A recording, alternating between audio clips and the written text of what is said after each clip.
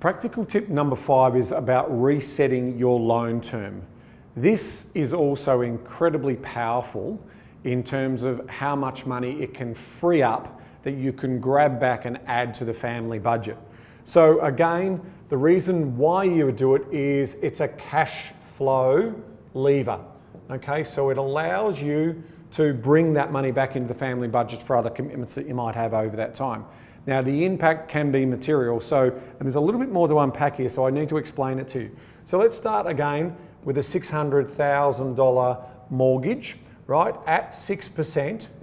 All right, now if we had a 20 years remaining on that loan, we're going to be paying $4,300 per month in mortgage repayments. Now, what if we extended that loan out back to 30 years?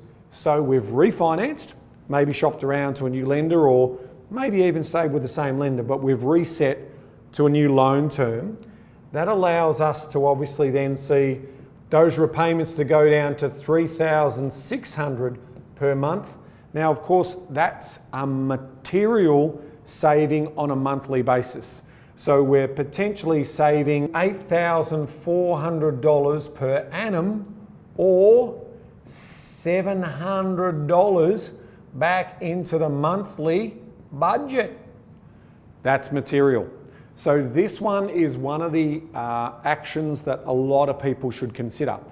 What I like about this, as opposed to switching to interest only, is you are still paying principal and interest repayments. So you're not necessarily switching. But again, it's a cash flow lever, so it does mean you're going to pay increased interest over time. So again, I don't like it being used for discretionary spending. I like it being used for the stuff that's important to you at that moment in time. So we don't want to be here all of this time. Now, the other thing that, is a story for another day is sometimes we also use these savings to look at wealth building through creating an investment property. But that's for another episode. Maybe check out the Property Couch podcast to learn more about how you do that, about investing without impacting the family budget.